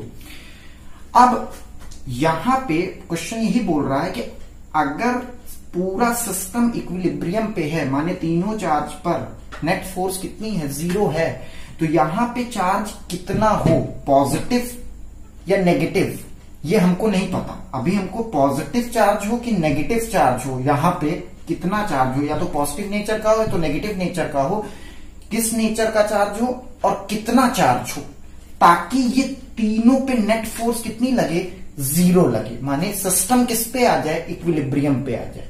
तो ये प्रूफ करके दिखाइए कि अगर हम यहां पे चार्ज -Q/4 रखते हैं तो ये सिस्टम जो है वो इक्विलिब्रियम पे आ जाएगा। मतलब तीनों पे, इस पे भी नेट फोर्स 0, इस पे भी नेट फोर्स 0, इस पे भी नेट फोर्स 0 तब लगेगी जब यहां पे आप -Q/4 चार्ज रखेंगे, ठीक। यही प्रूफ करना है। चलिए प्रूफ करने चलते हैं। प्रूफ करने से पहले हमको तो पता नहीं चार्ज पॉजिटिव होगा कि नेगेटिव, तो ये समझ लीजिए कि यहां एज्यूम किया हमने पॉजिटिव, ठीक है। अब कैलकुलेट करते हैं, हमको प्रूफ ये मिल जाएगा, तो मतलब ये पॉजिटिव चार्ज नहीं, आपको यहां पे जो आपने एज्यूम किया है पॉजिटिव चार्ज वो कॉन्ट्राडिक्ट कर जाएगा, क्योंकि नेगेटिव चार्ज रखना पड़ेगा। यही शो करके दिखाना। चलिए शो करते हैं। अब कोई एक चार्ज ले लीजिए, मान लेते हैं ये वाला चार्ज ले लेते हैं। इस चार्ज पर फोर्स एक्सपीरियंस हो रही है, इस चार्ज को हम कंसिडर करते हैं। अब अगर इस चार्ज को हम कंसिडर करेंगे तो इस चार्ज के द्वारा इस पर फोर्स निकाल ले। फोर्स का मैग्नीट्यूड कितना होगा, इस चार्ज के द्वारा इस चार्ज पर फोर्स का मैग्नीट्यूड कितना होगा, F1 is equals to 1/4πε0 Q into Q by, इनके बीच का सेपरेशन कितना माना हमने, x, तो ये कितना हो गया, x²। कोई दिक्कत, चलिए कोई दिक्कत। अब आप हमको ये बताइए, इस चार्ज के द्वारा इस पर फोर्स, ठीक है, पहले इस चार्ज के द्वारा फोर्स निकाली ये, अब इस चार्ज के द्वारा इस पर फोर्स, इसी मान लेते हैं, डायरेक्शन अभी हम नहीं बताएंगे क्योंकि हमको पता ही नहीं कि ये पॉजिटिव चार्ज है कि नेगेटिव अभी, ठीक है। तो अगर हम आपसे बोले कि इस चार्ज के द्वारा इस पर फोर्स कैलकुलेट करेंगे, उसका मैग्नीट्यूड कैलकुलेट करेंगे, तो कितना आएगा, 1/4πε0 Q बाई, अब ये दूरी कितनी है, x/2 का होल स्क्वायर। क्लियर। अब ये बताइए नेट फोर्स इस पर कितनी होनी चाहिए, 0। नेट फोर्स इस पर कितनी होनी चाहिए, 0, तभी इक्विलिब्रियम में सिस्टम आएगा। तो यहां पे फोर्सेस कौन सी लग रही हैं, F1 प्लस F2 लग रही है कि नहीं, F1 प्लस F2, दो ही फोर्स तो लग रही है, एक इस चार्ज के द्वारा और एक इस चार्ज के द्वारा इस पर फोर्स लग रही है। तो नेट फोर्स कितनी है, 0। अब यही रखते हैं वैल्यू, F1 की वैल्यू रखें और F2 की वैल्यू रखें, रख के देखते हैं क्या मिलेगा हमको। That is 1/4πε0 Q² by x² plus 1/4πε0 Q by, ये कितना है, x² by 4 is equals to 0, ठीक है। ये F2 फोर्स है। अब यहां से 1/4πε बाई 4πε0 कॉमन निकाल लें, अंदर क्या बचेगा, Q बाई x² बचेगा। यहां क्या बचेगा बेटा, देखिए यहां क्या बचेगा, क्यूब कॉमन निकाल लिया है आपने, तो यहां बचेगा 4q, ये 4 ऊपर जाएगा, by x square equals to 0। ठीक है, ये उधर की तरफ भेजेंगे 0, तो ये हटा दें। क्लियर। अब एक्स स्क्वायर क्या ले लें, एलसीएम ले लें और उधर भेज दें, तो बचा आपके पास क्या, q plus 4q equals to 0। Clear. अब इसको आगे सॉल्व करेंगे तो क्या होगा, 4q is equals to minus q, q is equals to minus q by 4। देखिए हम प्रूफ कर दिए कि यहां पे हमको माइनस में चार्ज रखना पड़ेगा, नेगेटिव चार्ज रखना पड़ेगा, तभी इक्विलिब्रियम मेंटेन होगा। क्यों, क्योंकि इसके द्वारा जो फोर्स होगी, इसके द्वारा जो फोर्स होगी वो किस डायरेक्शन की होगी, इस डायरेक्शन की, F1 फोर्स। तो इक्विलिब्रियम तभी मेंटेन हो सकता है जब यहां पे क्या होगा, माइनस चार्ज रखा गया है, माइनस q बाई 4। तब इस चार्ज के द्वारा इस पर जो फोर्स लगेगी, इस चार्ज के द्वारा जो इस पर फोर्स लगेगी वो इस डायरेक्शन में लगेगी, F2 फोर्स। क्लियर। देखिए तभी इक्विलिब्रियम मेंटेन हो सकता है, वही प्रूफ करना था कि यहाँ पे नेगेटिव चार्ज वो भी q बाई 4 रखा होगा, तभी इक्विलिब्रियम मेंटेन हो सकता है, माने तीनों पे नेट फोर्स 0 होगी। चलिए अब न्यूमेरिकल्स जितने भी हैं हमने डिस्कस करा है, असाइनमेंट में भी आप देखेंगे मैंने असाइनमेंट दिया हुआ है, आप लोग गो थ्रू करिएगा, असाइनमेंट के क्वेश्चन सॉल्व करिएगा। नेक्स्ट लेक्चर में हम आगे और भी न्यूमेरिकल्स डिस्कस करेंगे, कुछ न्यूमेरिकल हम लोग आईआईटी मेंस एडवांस के भी डिस्कस करेंगे।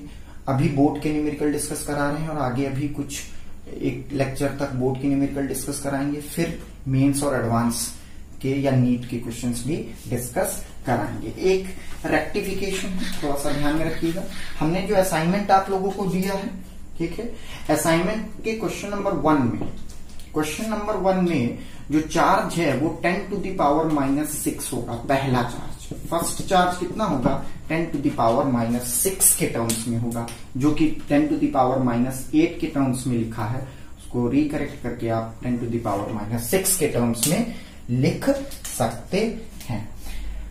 अब अगले लेक्चर में आएंगे और न्यूमेरिकल्स देखेंगे, तब तक के लिए धन्यवाद।